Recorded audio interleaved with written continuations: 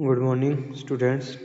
So this is our lecture number 2 of neural machining method or non-conventional machining process. तो topic is classification of manufacturing process technologies. तो manufacturing process या manufacturing technologies का अगर हम classification करें तो previous lecture में हमने पढ़ा था कि हम दो parts में इनको divide करते हैं.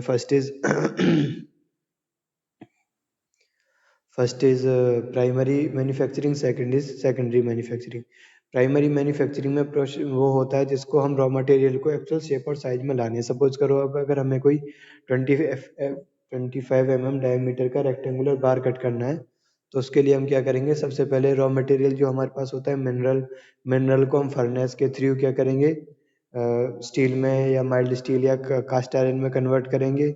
उसके बाद उसको एक शेप में, सर्कुलर शेप में बनाएंगे जो कि हमारी रिक्वायर्ड डायमेंशन से बड़े होंगे. उसके बाद हम उसको कट करके एक्चुअल डायमेंशन में लाएंगे. तो पहला जो इनिशियल रॉ मटेरियल जो सेकंड फेज के लिए हमें तैयार करना है उसको करने के लिए जो मशीनिंग होती है उसे हम प्राइमरी में रखते हैं. उसके बाद सेकेंडरी में क्या होता है, टर्निंग, फेसिंग, मिलिंग, कास्टिंग, ये सारे ऑपरेशन करके हम उसको अपने हिसाब से मॉडिफाई करते हैं और एक्चुअल डायमेंशंस में फिट करते हैं उसकी यूटिलिटी के हिसाब से, जिससे कि हम उसको यूटिलाइज कर सकें. तो उस प्रोसेस को हम सेकेंडरी मैन्युफैक्चरिंग प्रोसेस बोलते हैं.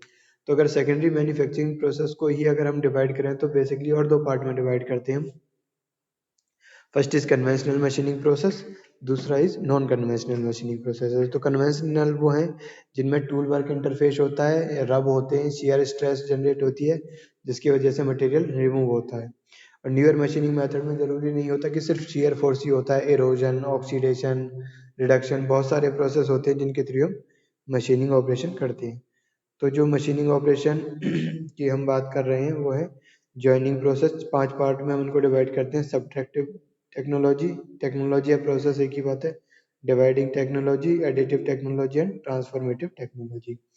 तो अगर हम जॉइनिंग की बात करें तो it is the process by which 2 और more work piece are joined to form a new work piece. यानी कि दो वर्क पीस या दो से ज्यादा वर्क पीस को अगर हम ज्वाइन करते हुए जाएं एक नया वर्क पीस बनाने के लिए तो उस प्रोसेस को हम बोलते हैं joining process. Welding and assembly are the example of this. Assembly में क्या होता है, हम किसी भी तरह का फास्टनिंग प्रोसेस यूज करके, चाहे हम नट बोल्ट यूज करें, चाहे हम रिवेट यूज करें, उनका यूज करके हम क्या करते हैं, दो अलग अलग पार्ट को असेंबल करके एक पार्ट बनाते हैं. ठीक है. उसके बाद हम बात करें अगर वेल्डिंग की, तो वेल्डिंग में क्या होता है, दो अलग अलग पार्टों को ज्वाइन करके, जैसे कि चाहे हम स्टूल बना रहे हैं आयरन का या टेबल बना रहे हैं, उस सब में क्या होता है, हम वेल्डिंग करके और असेंबली करके, हम निडल्स भी यूज करते हैं असेंबली के लिए, नट बोल्ट भी यूज करते हैं और रिवेट्स भी यूज करते हैं. Second is subtractive. सब्ट्रैक्टिव जैसा कि नाम से ही पता चल रहा है, सब्ट्रैक्ट का मतलब होता है माइनस या नेगेटिव या रिडक्शन. तो रिमूवल, मटेरियल रिमूव करके जब हम डिजायर्ड डायमेंशंस में किसी मटेरियल को लेके आते हैं तो उसे हम सब्ट्रैक्टिव टेक्नोलॉजी बोलते हैं. तो सब्ट्रैक्टिव टेक्नोलॉजी दोनों तरह की हो सकती है हमारी, कन्वेंशनल भी हो सकती है और नॉन कन्वेंशनल भी. अगर हम कन्वेंशनल की बात करें तो एग्जांपल होंगे turning, milling, drilling, grinding, surface finishing, ये सारी चीजें आ सकती हैं. अगर हम बात करते हैं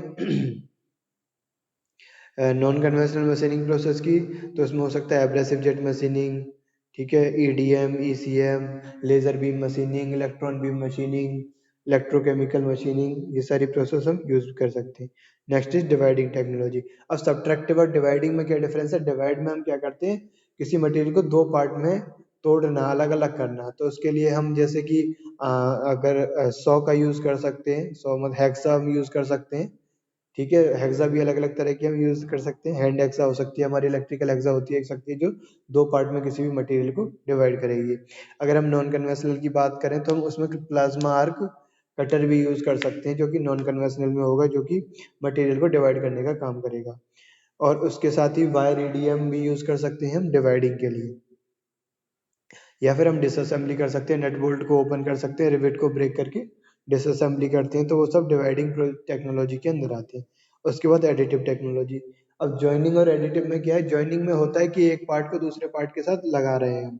ठीक है. अब एडिटिव में क्या होता है, इसी ये टेक्नोलॉजी होती है जहाँ पे लेयर बाय लेयर मटेरियल को बनाया जाता है, जैसे पाउडर मेट्रोलॉजी के थ्रू बनाया जाए या सिंटरिंग के थ्रू बनाया जाए. जो आज 3D प्रोटोटाइप्स अगर हमें बनाने होते हैं, उसके लिए यूज़ की जाती है, डाई कास्टिंग के लिए यूज़ की जाती है, और इंजेक्शन मोल्डिंग के लिए भी इस तरह की टेक्नोलॉजी यूज़ की जाती है। तो ये बेसिक टेक्नोलॉजीज हैं जिनके थ्रू हम मटेरियल, एडिटिव टेक्नोलॉजी है जिसके थ्रू हम ऐड कर सकते हैं मटेरियल। अब the last one is transformative technology. अब ट्रांसफॉर्मेटिव टेक्नोलॉजी में क्या है, ना तो हम मटेरियल को बढ़ाते हैं ना मटेरियल को कम करते हैं, मटेरियल उतना ही होता है, बस उसकी या तो शेप और साइज हम चेंज कर रहे होते हैं या प्रॉपर्टीज को चेंज कर रहे होते हैं। जब उसकी शेप और साइज को चेंज करते हैं तो उसको फॉर्मिंग कहते हैं, चाहे वो फॉर्मिंग में रोलिंग हो या एक्सट्रूजन हो, किसी भी तरह का प्रोसेस हो, उसमें बस डायमेंशंस चेंज होती हैं, बट मटेरियल का जो एक्चुअल वॉल्यूम है या कहीं एक्चुअल मास है वो सेम रहता है। और दूसरा है हीट ट्रीटमेंट प्रोसेसेस। कोई भी हीट ट्रीटमेंट प्रोसेस जिसमें हम प्रॉपर्टीज को ही चेंज कर सकते हैं मटेरियल को, बट उसकी जो वो है मास और वॉल्यूम वो सेम रहते हैं। अब next topic is classification of non conventional machining process. देखो अभी लास्ट क्लास में भी हमने क्लासिफिकेशन के बारे में पढ़ा था, लेकिन यहाँ पे हम क्या है, क्योंकि अगला जो हमारा टॉपिक है वो ये है कि हमें नॉन कन्वेंशनल मशीनिंग प्रोसेस अपने हिसाब से चूज करने हैं कि हमें अपने मटेरियल को किस नॉन कन्वेंशनल मशीनिंग प्रोसेस को यूज करके करना है मशीन। तो उसके लिए हमें नॉन कन्वेंशनल मशीनिंग प्रोसेस को अलग अलग कैटेगरीज में डिवाइड करना होगा, जिससे कि हम अपने रिक्वायरमेंट के हिसाब से उनको देख सकें। तो अगर हम एनर्जी टाइप के बारे में बात करें तो हम उसको 4 पार्ट में डिवाइड करते हैं: mechanical, electrochemical, chemical and thermo electric या इलेक्ट्रोथर्मल, दोनों बोल सकते हैं। ठीक है, अब अगर हम बात करें कि बेसिक मैकेनिज्म क्या होती है, तो मैकेनिकल में 2 मैकेनिज्म हम यूज करते हैं, एक तो या तो शेयरिंग होगी या इरोजन होगा। ठीक है, अगर हम इलेक्ट्रोकेमिकल की बात करें तो आयन डिस्प्लेसमेंट होगा। केमिकल मशीनिंग की बात करें तो एब्लेटिव एक्शन होगा। और थर्मो इलेक्ट्रिक में या तो वेपराइजेशन होगा या फ्यूजन होगा। ये सारी टर्म हमें पता है: shear, erosion, ion displacement, ablative action, vaporisation and fusion. ये अलग अलग 6 कैटेगरीज में डिवाइड हो जाता है। जब हम मैकेनिज्म चुनेंगे तो हम इनमें से कोई एक चुनेंगे। उसके बाद है source of immediate energy. Immediate energy जो कटिंग को मिल रही है वो किससे मिल रही है? शियर की अगर हम बात करें तो कटिंग टूल से। इरोजन की बात करें तो या तो एयर के थ्रू या वाटर के थ्रू, तो या तो न्यूमेटिक या हाइड्रोलिक प्रेशर होता है जिसकी वजह से हमें एनर्जी मिल रही होती है। न्यूमेटिक या हाइड्रोलिक प्रेशर की वजह से या तो हम एब्रेसिव जेट यूज करते हैं या वाटर जेट यूज करते हैं। ठीक है, अगर हम इलेक्ट्रोकेमिकल की बात करें तो हाई करंट से हमें ये मिलता है। केमिकल बात करें तो केमिकली रिएक्टिव एजेंट्स होते हैं जो कि रिएक्शन करते हैं जिसकी वजह से मटेरियल रिमूव होता है। अगर हम वेपराइजेशन की बात करें तो या तो हाई वोल्टेज से होगा या एम्पलीफाइड लाइट से होगा। और अगर फ्यूजन की बात करें तो आयनाइज्ड मटेरियल के थ्रू फ्यूजन होगा। तो ट्रांसफर एनर्जी, मीडियम एनर्जी किस मीडियम के थ्रू ट्रांसफर होती है उसकी बात करें तो जो मैकेनिकल है जिसमें शियर और इरोजन है, तो अगर हम शियर की बात करें तो वो फिजिकल कांटेक्ट से होगा। इरोजन की बात करें तो या तो हाई वेलोसिटी पार्टिकल्स होंगे या हाई वेलोसिटी लिक्विड होगा। ठीक है, शियर और इरोजन की बात हो गई। अगर हम उसके बाद हम इलेक्ट्रोकेमिकल की ही बात करते हैं तो उसमें इलेक्ट्रोलाइट के थ्रू होगा। अगर केमिकल रिएक्शन की बात करें तो जो एनवायरनमेंट है, जो केमिकली रिएक्टिव एनवायरनमेंट है, उसके थ्रू मशीनिंग प्रोसेस होता है। ठीक है, जब अगर हम वेपराइजेशन की बात करते हैं, वेपराइजेशन को हमने 2 कैटेगरीज में डिवाइड किया था, एक हाई वोल्टेज, एक हाई एम्पलीफाइड लाइट। तो हाई वोल्टेज जो होगा वो इलेक्ट्रॉन की वजह से होगा और हाई एम्पलीफाइड लाइट जो होगी वो रेडिएशन या जो रेडिएटिव वेव्स निकल रही हैं उनके थ्रू हो गया। और आयनाइज्ड मटेरियल होते हुए होगा वो हॉट गैसेस की वजह से मशीनिंग प्रोसेस होगा। अब प्रोसेस के नाम अगर हम देखें तो मैकेनिकल काउंटर ग्राइंडिंग, ये हो गया फिजिकल कांटेक्ट वाला। अब जिसमें फिजिकल कांटेक्ट नहीं है उसमें हमने 2 पार्ट में बताया था, एक तो पार्टिकल के थ्रू और एक लिक्विड के थ्रू। अगर पार्टिकल के थ्रू होगा तो अल्ट्रासोनिक मशीनिंग और एब्रेसिव जेट मशीनिंग, उनको हम डिटेल में पढ़ेंगे नेक्स्ट लेक्चर्स में। अगर लिक्विड के थ्रू होगा तो वाटर जेट मशीनिंग। उसके बाद हम बात करते हैं इलेक्ट्रोकेमिकल की, जहाँ पे इलेक्ट्रोलाइट या मीडियम की वजह से, करंट की वजह से ही हो रहा है। तो उसके 2 होते हैं, एक इलेक्ट्रोकेमिकल ग्राइंडिंग और एक इलेक्ट्रोकेमिकल मशीनिंग। अब अगर सिर्फ केमिकल की बात करें तो केमिकल एचिंग, केमिकल मशीनिंग और हॉट हॉट क्लोरीन मशीनिंग। अब केमिकल एचिंग की अगर हम बात करें तो केमिकल एचिंग प्रोसेस, ये machining process most of the research work में यूज किया जाता है, जहाँ पे हमको माइक्रो स्ट्रक्चर की स्टडी करनी होती है किसी भी मटेरियल की।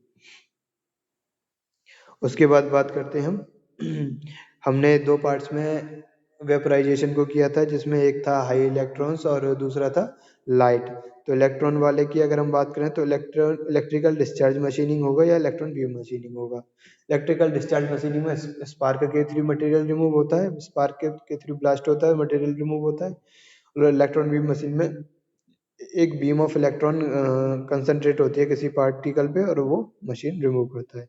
नेक्स्ट जो हम रेडिएशन की बात कर रहे थे, वहाँ पे हम लेजर बीम मशीनिंग यूज करते हैं। हाई इंटेंसिटी लेजर लाइट को कंसंट्रेट किया जाता है किसी पे और वहाँ पे मेल्टिंग शुरू हो जाती है, वेपराइजेशन स्टार्ट हो जाता है। जहाँ पे हम फ्यूजन की बात कर रहे थे, वहाँ हॉट गैसेज यूज होती हैं, तो वहाँ आयन बीम मशीनिंग होती है और प्लाज्मा आर्क मशीनिंग होती है। अभी मैंने आपको एक एग्जांपल के थ्रू बताया था कि प्लाज्मा आर्क मशीनिंग को हम कहाँ यूज करते हैं। तो कंट्रोलिंग पैरामीटर्स और machining differ from each other, यानी कि कंट्रोलिंग पैरामीटर जो इन मशीनिंग के होते हैं वो अलग अलग होते हैं। तो उस हिसाब से भी हमें को मशीन चूज करते टाइम इसको चूज करने में मदद मिलती है कि हम किस पैरामीटर को कंट्रोल कर सकते हैं और किसको नहीं कर सकते। The aim of classification is to maintain productivity of components with higher reliability by introducing proper surface integrity on the job components and to solve some of the difficult, यानी कि हम इस तरह की मशीनिंग चूज कर सकें जो हमारे लिए आसानी से अवेलेबल हो, आसानी से हम कर पाएँ और जो ज़्यादा रिलायबल हो और जो कॉम्प्लेक्स मटेरियल बनाने में जो हमें प्रॉब्लम आ रही है उनको सॉल्व कर सके। Okay, thank you. आज के लेक्चर में इतना ही, बाकी आगे पढ़ें। Thank you.